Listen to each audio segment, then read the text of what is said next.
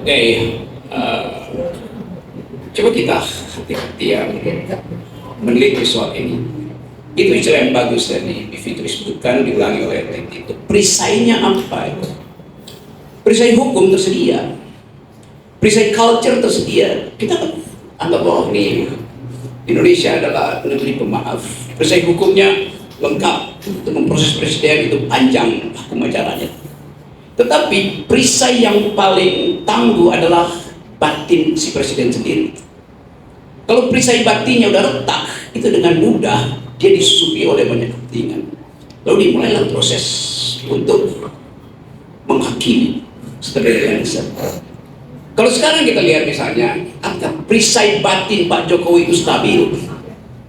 Tadi pagi menerangkan nggak stabil karena itu dia cawe-cawe, pasang tangan ke semua arah. Artinya dia cemas bahwa dia tidak cukup kuat perisai batinnya untuk menghadapi tuduhan-tuduhan nanti setelah terjadi perubahan politik, ada presiden baru. Siapa lagi yang cemas? Anies juga cemas. Karena mungkin dia terpilih presiden, 2 minggu kemudian dia dipersoalkan tidak jujur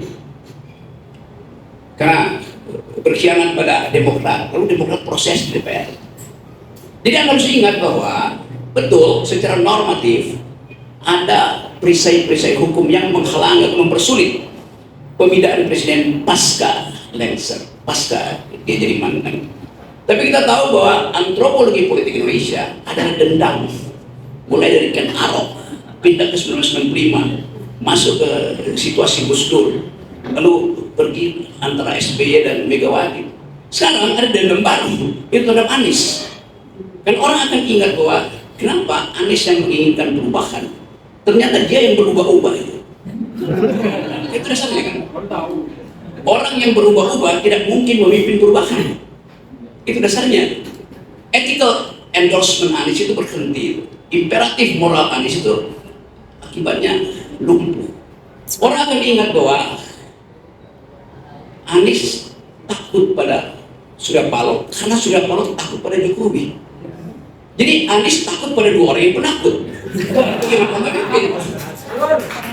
Logik begitu logikanya. Jadi tetap intinya adalah konteks hari ini memang sangat tepat. Teman-teman diundang di sini untuk mendengarkan potensi Presiden Jokowi dipersoalkan ketika dia jadi mantan. Kalau sekarang dia masih di kantong kirinya masih banyak sprindik. Karena dia tahu yang dia tunjuk itu semuanya punya komorbid. Kenapa presiden nggak tunjuk misalnya orang yang nggak punya komorbid? Karena dia nggak bisa persoalkan nanti. Yes, itu dasarnya kan.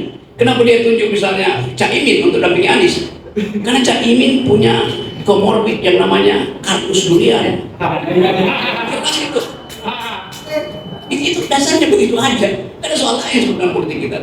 Jadi kita membaca Jokowi di dalam kegelisahan batinnya. Perisai batinnya itu robek. Itu yang menyebabkan ibu istilah cawe-cawe, pasang kiri pasang kanan. Tapi itu soal real kita, today's side psikologi politik Pak Jokowi begitu. Tapi kalau kita balik pada prinsip-prinsip yang lebih filosofi, memang politik itu adalah dendam. Kita berupaya mengendalikan dendam itu dengan mengarahkan politik pada rasionalitas. Tapi kita ingat bahwa justru dendam itu yang membuat sekarang kita mengerti tentang demokrasi. Kalau ada dendam rakyat Prancis di 1746 terhadap Raja Louis XVI yang menghamburkan uang negara untuk membangun infrastruktur istana Prancis dan foya-foya terus, maka nggak mungkin kita punya demokrasi. Jadi memang demokrasi tumbuh dari dendam yang akhirnya melembaga di dalam konstitusi. Itu intinya tuh. Tadinya dendam lalu dilembagakan dalam konstitusi itu. Abad 16 dendam itu bahkan disebutkan dalam konstitusi itu. Di Italia pertama kali diucapkan istilah konstitusi, artinya hak rakyat untuk membunuh raja. Itu namanya konstitusi itu. Yang ditulis oleh namanya François Hoffmann dalam buku Franco Gallia. Apa itu konstitusi? Hak rakyat untuk membunuh raja. Itu dasarnya. Jadi bukan untuk menghormati raja. Evolusi kemudian mengingatkan kita bahwa oke, dia kita pilih, legitimasinya kuat. Oleh karena itu jangan halangi dia dan jangan bunuh dia kan. Tetapi kalau kita sekarang balik pada konteks kita hari ini, dunia seolah berubah lagi, masuk di dalam semacam politik dendam. Mahathir dan Anwar Ibrahim mampu untuk menyelesaikan itu dalam fasilitas yang kemudian kita oke, itu semacam pemaafan, tapi di dalamnya masih ada dendam sampai sekarang. Dua negara di Afrika sekarang itu kudeta terjadi dan dendam itu berlanjut karena peristiwa-peristiwa yang tidak diselesaikan melalui konstitusi.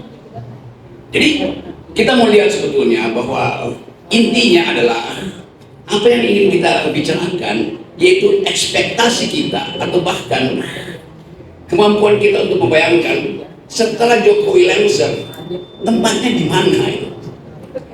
Saya terangkan tadi, perisai batin Pak Jokowi tidak stabil. SBY stabil perisainya. Kenapa? SBY tahu begitu dia lengser, masih ada Partai Demokrat yang akan melindungi dia. Itu dasarnya. SBY tahu kalau dia lengser, dia masih akan diundang oleh publik internasional untuk kasih kuliah tentang demokrasi, lingkungan segala macam. Dan itu yang terjadi. Anda bayangkan Pak Jokowi lengser 2 minggu kemudian, dia mau ngapain? Intinya dia nggak punya partai. Jadi kita mesti bayangkan kecemasan seseorang yang pernah punya kekuasaan besar, tiba-tiba kehilangan kekuasaan. Maka dia akan minta tolong pada Pak Prabowo, jaminkan saya tuh. Pak Prabowo bilang, ya kenapa saya mau jaminkan, kenapa Caimin ada kirim ke Anies. Itu poinnya begitu kan. Dia minta Anies jaminkan, Anies nggak mau dijaminkan itu. Karena Anies sendiri nggak bisa jamin diri dia sendiri untuk punya keputusan final. Dia berubah uang. Jadi siapa yang mau jamin Pak Jokowi? Mau dijamin ke PDIP bisa. Kalau Gibran ditaruh di situ wakilnya Ibu Mega dan Pak Jokowi dijaminkan nggak akan diobok-obok. Kalau Jokowi memimpin PDIP dengan kongres luar biasa. Kalau Jokowi cuma pemegang kartu labor, itu bisa dipersoalkan oleh Ganjar karena tekanan publik. Jadi kita melihat itu dalam keadaan real politics, bukan normativity, tapi deskripsi politik hari ini. Jadi saya kembalikan ke soal ini bahwa ada kecemasan pada Pak Jokowi sehingga memungkinkan dia untuk tidak percaya. Perisai batinnya itu retak. Kita lihat sebetulnya kenapa bisa retak.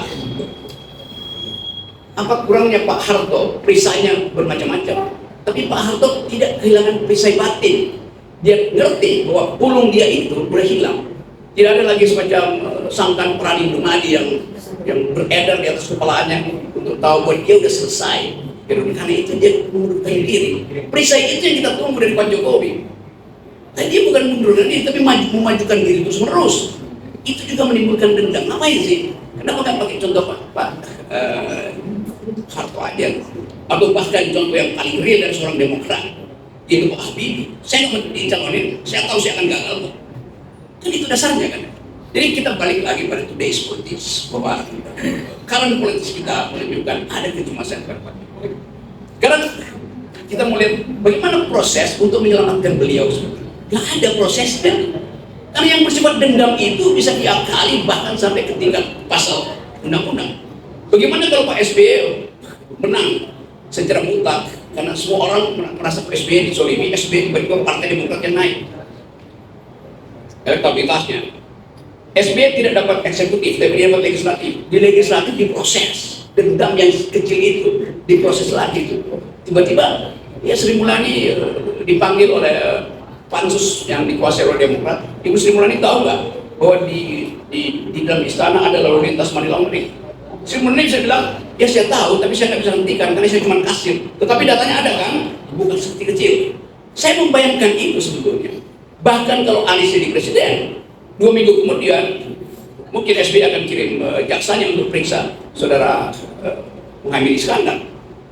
Hal yang sangat mungkin terjadi di dalam keadaan politik yang isinya transaksi material, transaksi pragmatis. Yang sekarang kan bukan transaksi nilai yang kita hadapi kan. Jadi semua yang cewek-cewek ini akan berakhir nanti ketika keadaan itu melembaga, ketika kekuasaan itu sudah selesai. Kita mesti bayangkan bahwa ya kehidupan Pak Jokowi akhirnya kayak tadi saya dengar musik di mobil itu, I'm your mother, ada bayangan putus, apa namanya? Bukan, you listen to me. Ada you listen to me. Jadi saya mau terangkan itu dalam keadaan real kita. Kenapa kita bicara ini? Karena ada problem potensi Jokowi dipersoalkan nanti, apalagi dengan soal Anies belakangan ini yang menyebabkan Partai Demokrat merasa kok dia dicurangi. Kecengengan ada kecengengan, tapi faktanya memang ada. Anies menulis surat pribadi pada AHY. Kalau dia betul-betul leader, dia akan bilang oke, saya minta maaf karena saya dipaksa oleh keadaan. Tapi Anies semua ngomong gitu. Anies bukan leader, dia sekarang jadi dealer. Kalau masalah kita, sama juga Jokowi bukan leader, jadi dealer sekarang kan. Bahkan dealer semua partai. Jadi mental itu yang merusak demokrasi kita. Kalau kita nilai misalnya, ada proses untuk menyelamatkan Pak Soeharto. Karena itu mungkin satu waktu di wartawan ditanya pada Yusril sama Hendra, bagaimana proses hukum dibuat oleh Yusril untuk menghalangi Presiden Soeharto itu dibawa ke pengadilan. Itu kalian Pak Yusril sama Hendra. Nah mestinya Pak Jokowi ajak Pak Yusril untuk jadi calon presiden itu. Karena cuma Pak Yusril yang tahu cara menyelamatkan Jokowi. Kan begitu kan? Saya mau bilang itu. Karena nggak ada orang lain yang tahu minute detail. Berarti itu tameng yang paling bagus kenapa? Ya memang. Ya Yusril bisa jadi Yusril jadi tamengnya Jokowi. Cuman Yusril yang paham tentang seluk-beluk penyelamatan. Berarti Prabowo Yusril cocok ini Pak? Iya. Itu sama seperti film Saving Private Ryan. Tetapi hal yang ingin kita bicarakan secara serius hari ini adalah kehidupan kita yang makin lama makin parah. Jadi poin-poin yang dibicarakan tadi Fakri, Vivi dan Pagi tadi sudah diulas dengan komponen-komponen akademis pada titik tadi. Kita maksudkan untuk membuka persoalan ini. Karena kita, apalagi mau kita bahas hari ini, koalisi udah pasti berantakan. Pak Prabowo pasti sekarang lagi rapat untuk mulai menghitung apalagi langkah Jokowi. Ya, mungkin bagi Prabowo sialan, tapi Prabowo mungkin seorang patriot, dia tahan aja, nanti aja kalau dia menang. Kan itu disimpan. SBY juga begitu, mampu untuk menahan batinnya itu walaupun kepalanya dalam bentuk satira sinisme itu atau pidato yang agak sublim, tapi jelas di dalamnya ada vendetta, ada personal vendetta. Itu intinya. Jadi sekali lagi saya mau sebutkan, memang secara konstitusi susah, tetapi real politik bisa mengarahkan, ditembuslah perisai-perisai itu oleh dendam, oleh vendetta. Jadi sekali lagi semua ini terjadi karena masalah yang saya, Bivitri, Titi udah 3-4 kali ke Mahkamah Konstitusi bilang, nolkan threshold itu supaya nggak ada cawe-cawe. Kalau thresholdnya nol, enak semuanya. Jadi Pak Jokowi memanfaatkan 20% itu untuk menanam pengaruh di semua hal, sehingga dia bisa atur komposisi koalisi itu karena nggak bisa 20%. Dia lupa bahwa dia sendiri terjebak di situ. Dan kita lihat hari-hari ini, makin lama makin halusinasi. Pak Jokowi makin halusinasi. Dia taruh aneh, taruh Caimin di situ. Kita mengerti mengapa harus taruh Caimin. Taruh Caimin artinya mengambil porsi NU dari Prabowo pakai hitungan ulang. Menghalangi AHY berarti cari gara-gara dengan SBY. Itu intinya. Dan kita melihat sebetulnya masalah ini dari perspektif tadi antropologi politik, bukan dari sisi hukum. Walaupun jalan hukum itu dimungkinkan, dan kalau soal jalan hukum banyak Yusril, Iza, Mahendra.